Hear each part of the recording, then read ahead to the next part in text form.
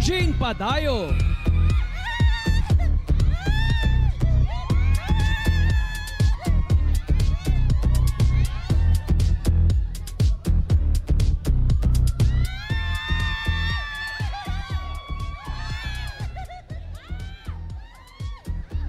Magandang umaga, mga kabarangay. I'm Eugene Padayo, 26 years old, ang charming coffee barista ng Barangay Kalagayaan, Novaliches, Quezon City.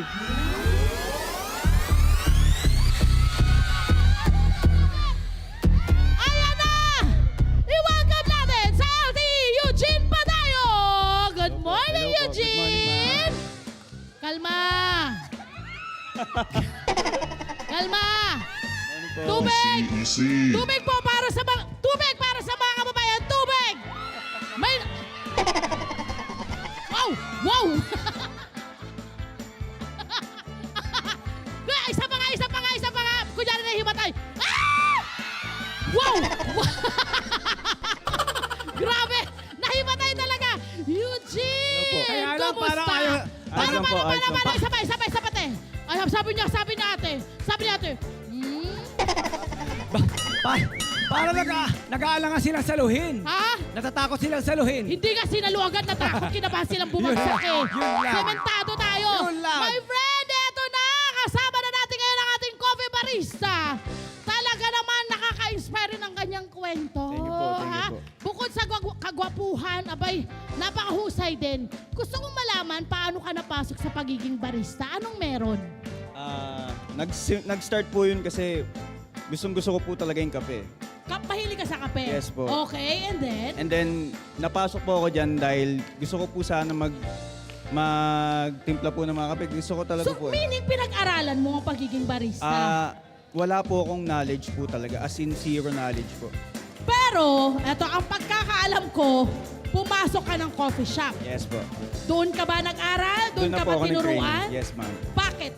Ba't kailangan turuan ka sa coffee shop? Ayun po, para mas maganda po yung maibigay naming service. Hmm. Mas masarap po yung iba to naming mga kape. Ganun. Gaano katagal ang pag-aaral mo ng pagiging coffee barista?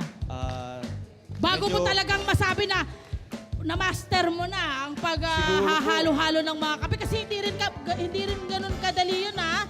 Kasi kailangan balanse ang iyong paglalagay ng mga bagay-bagay, diba? Paanong ginawa mo? Ano lang po, parang pag-aralan po talaga lagi. Then magiging muscle memory mo na lang po siya. Oo. Yes po. Pero ikaw daw ay nag-aral muna ng pagiging marino. Yes po. Marine engineer Engineering po. ka. Yes po. Diba? Tapos, anong nangyari? Ba't... Uy! Girl! Girl! Girl, are you okay, girl? Sabi na, girl, are you okay? Ay, okay po ako.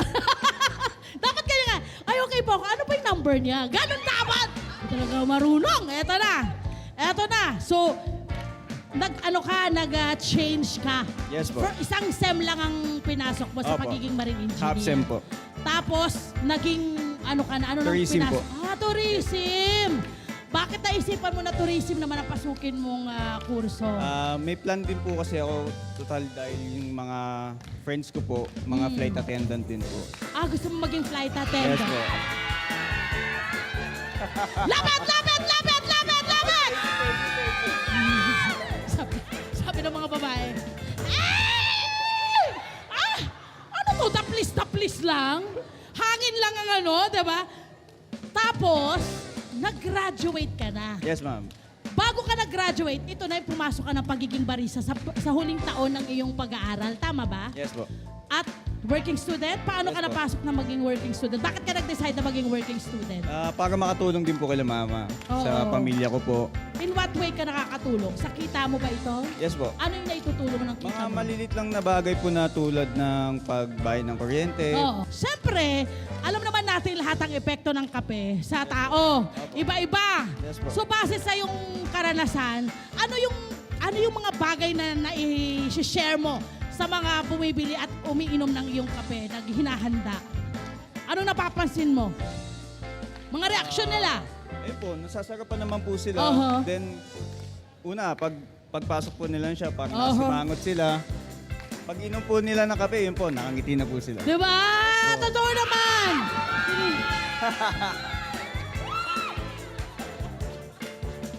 Patikim naman ng kape!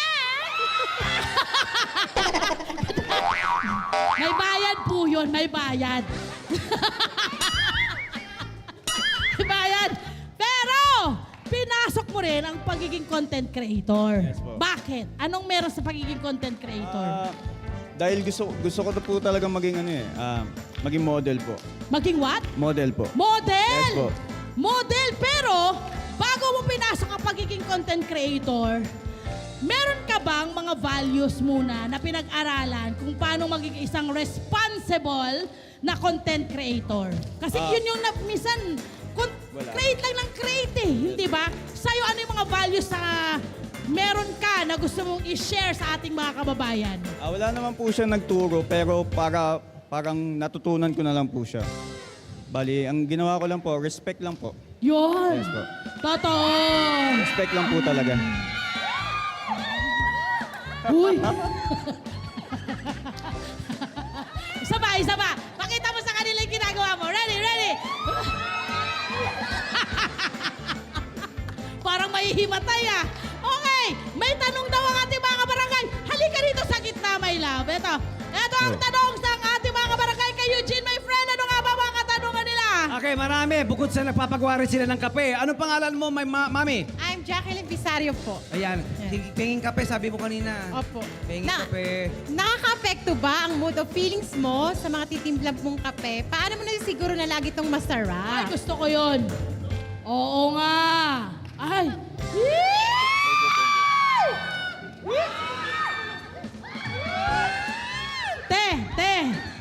Te, halika ka na. Te, ikaw ang may pawis, wala naman siyang pawis. Ano ba yung ginagawa mo? Oo nga, ang ganda nun, no? Paano mo sinisiguro na consistent ang lasa ng iyong kape? Na masarap. Yun nga po, dahil nga po sa mood or feelings ko po. Siyempre po, bago ka pumasok sa coffee shop, iiwan nyo po muna yung mga bad feelings nyo sa bahay. Para pagpasok nyo po sa coffee shop is, yung sarili nyo is okay. Sarili mo ba, ang skill mo ba ay ini-improve mo? In what way mo ini-improve ang iyong skill sa pagiging coffee barista? Kasi lalo ngayon maraming kompetisyon. Yes po. Hindi pwedeng manatili ka lang sa, ito na lang yung lasa ko. Yes po. Anong ginagawa mo para talagang mas exciting ang mga flavors na ibinibigay mo sa iyong mga kliyente? Ayun po, nanonood po ako ng mga videos po. Oho. Then ina-apply ko po sa sarili ko. Okay, my friend, meron pa bang katanungan? Mami, ano pangalan nila? Yes, I'm Maricon po. Ano pong inyong katanungan? And ang aking pong katanungan ko is, bilang isang heartthrob at aspiring content creator, paano mo gagamitin ito para maging mabuting halimbawa o role model sa iba? Yan yung sinasabi ko, friend, na hindi basta-basta na nagke-create lang ng content. Oh, May tama malaki po kang yan. responsibilidad kasama Yes po. marami manonood sa'yo. Anong dapat na meron? Respeto lang po. Painom ulit. Wala nga siyang pawis. Wala siyang pawis. Ay, ayun na.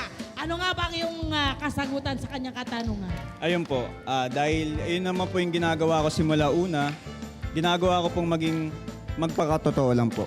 Totoo. Sa nilalabas ko po. Yes. And again, syempre pa, maging mindful ka. Yes po. Respectful. At i-research mo ang mga kino-content mo. Yes po, tama po. Para yung lumalabas, hindi fake. Yes po. Tanggalin natin yung fake content Yes na. po, tama po Good yan. job, good job. Tama Friend, po. meron pa ba? Mami, anong pangalan? Irene po. Anong katanungan? Kung papipiliin ka, anong mas gusto mo magkaroon ng sariling coffee shop o magkaroon ng higit 1 million followers online? Tricky 1 question. million pesos in kita o 1 million followers online? Oh. Anong pipili mo? Hirap ka, no? Sakto lang po. Anong sagot mo doon? Sa akin po, pipiliin ko po is 1 million follower. Bakit? Bakit 1 million followers? Yun po yung gagawin kong way para makapagtayo po ng sariling coffee shop. Pwede! Kasi marami nang kumikita ngayon ng mga content Yes po, yes creator. Meron lang silang request. May request na sila. Anong Ay, merong request? request. Pahinging kape! Sure po, sure. Yan! Sure po. Eh, paano naman ang kape? Ay, hindi po kayo maubusan. Yan, marami tayo. Maraming salamat, Eugene! Hi! Sumama mga dyan na profile, mga Kanet 25. This is Love a New Verbo.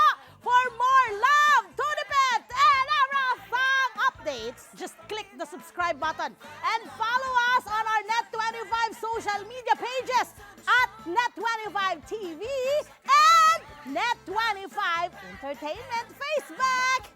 See ya. I love ya.